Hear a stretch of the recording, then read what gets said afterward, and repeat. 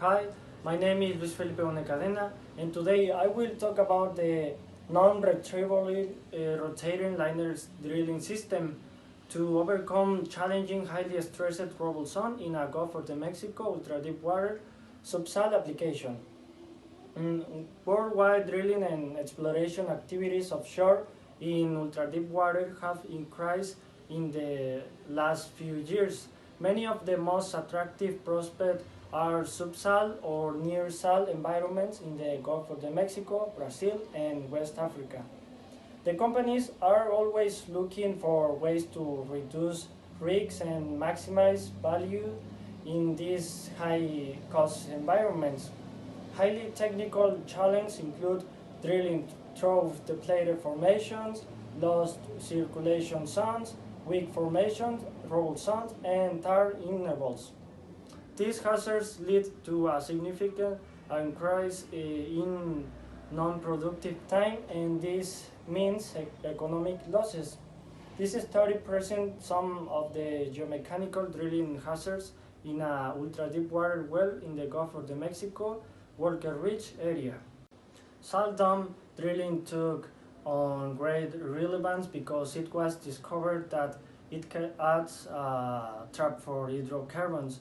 There is an uncertainty for these zones since the characteristics of the subsalt environment in the pressure regimens cannot be determined with precision by means of seismic models. For these reasons, events are commonly inquired, which includes low circulation, stuck pipe, highly stressed rocks, and tar zones below the salt body.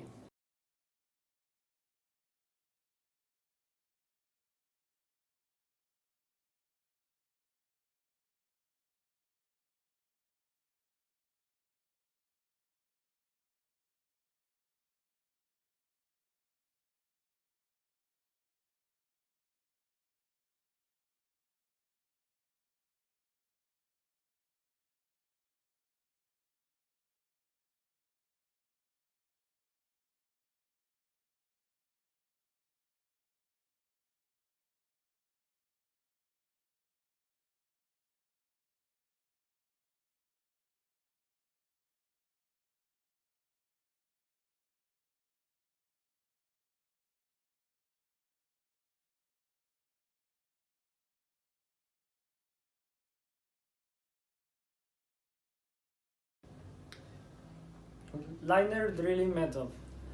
This drilling system is a non-retrievable system that combines a drilling liner system and a specialized PVC liner bit. A schematic of this system is shown in this figure. The system is designed so that the operator can rim or wash to bottom if necessary, and then continue drilling with the liner to the required target depth.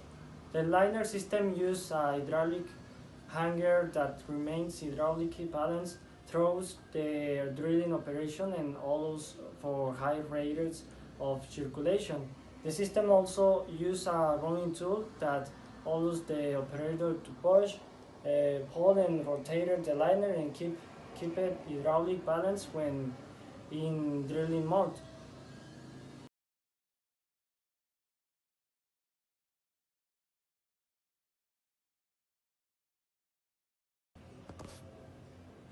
Liner hanger technology. To create a true balance system, hydraulic liner hanger was developed that can be pressured up the push rating of the equipment without the press settings the tool. This liner hanger technology uses dual cylinders that are mirrored, which allow the liner hanger to remain balanced until a ball is dropped into the gear ball seat and the running tool. Hydraulic balance technology. The red arrows are pointing to the upper and lower mirrored cylinders, and by having P1 and P2 equal, This allows the system to remain balanced. PDC drill bit. The drilling bit must meet the requirements of both the inherent risks of the main liner drilling operations and the optimated rope and longevity wheel drilling trouble formation with a conventional PDC bit. A specialized construction with a special internal geometry allows the bit to be drilled out with a special design PDC bit. This PDC bit drills ahead into the next hole section, therefore eliminating the need of a dedicated drill out run.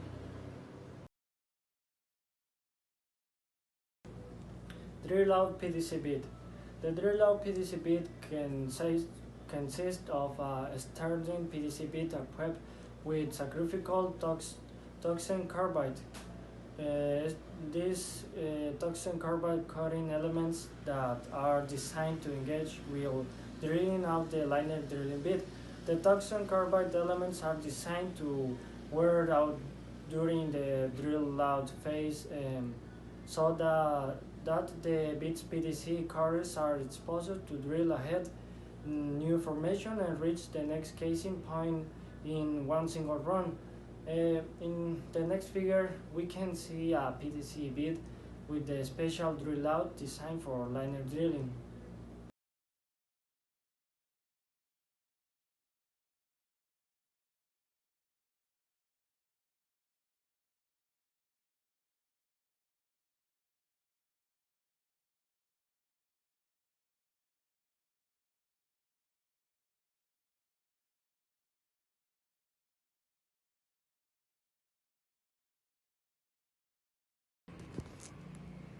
Deepwater Gulf of Mexico Walker Ridge case history. When drilling 24-degree through the thick salt body and approaching the predicted base of the salt, the borehole started to back off.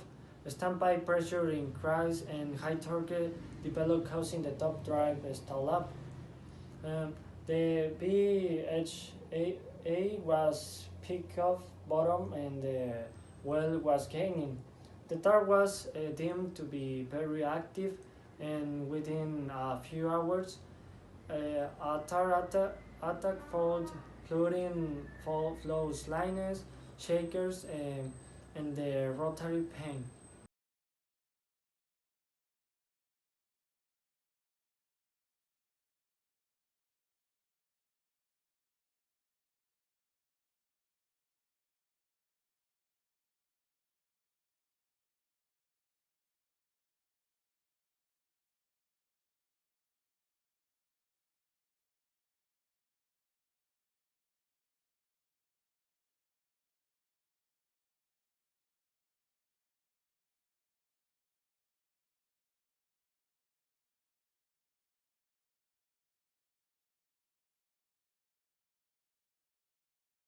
Sidetrack well.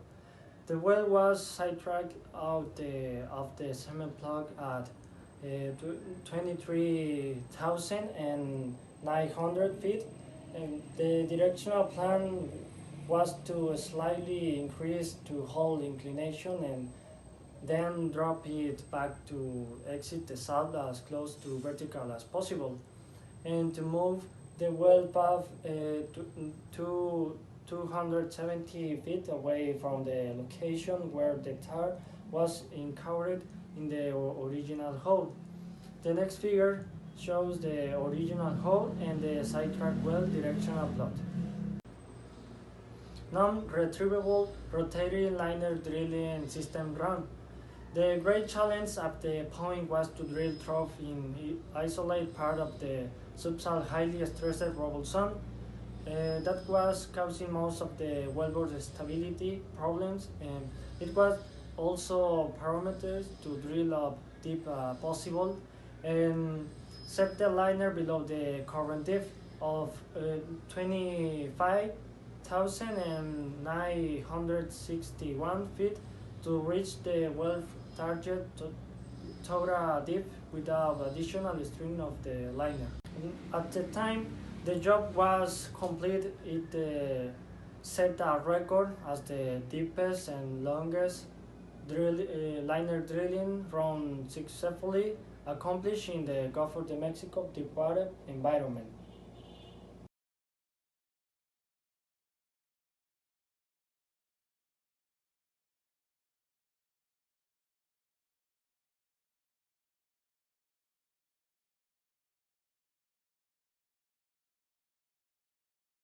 Liner drilling bit drill out run. The figure 6 and 7 show the PDC bit condition after the liner drilling bit drill out and completion of the section in one run. The sacrificial tungsten carbide drill out cores are worn out and the PDC cores are intact.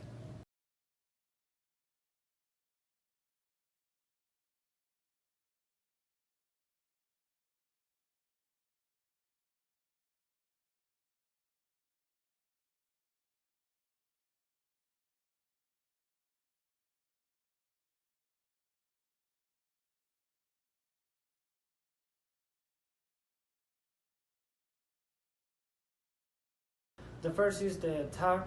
As documented by drilling cases in the Gulf of Mexico, tar zones usually appears right below the base of the salt. The tar zone location, thickness, and characteristics beneath the salt unpredictable. The base of the salt was never observed in the original well when the tar was occurring. Speculation indicates that it might have migrated through foul line into the salt body, which could explain why the base of the salt was found much deeper in the sidetrack well. Another possibility is the entrampment of the tar just below the base of the salt.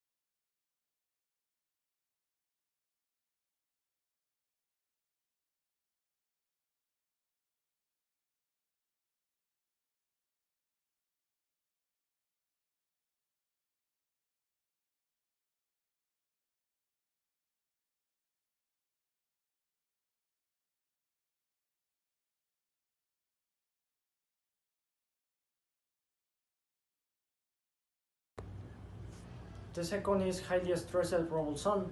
In the post-drilling analysis, the pore pressure gradient was derived using the logging while drilling resistivity when calibration to the drilling data, such as mud weight, kick, and drilling events. The overburden is mainly controlled by the thick salt layers above. With a low salt density, the overburden can be estimated accurately, calibrated on the leak-off test, and the fracture gradient was estimated using the method proposed by Matthews and Kelly, where F is the fracture pressure, P is the pore pressure, and C is the overburden stress.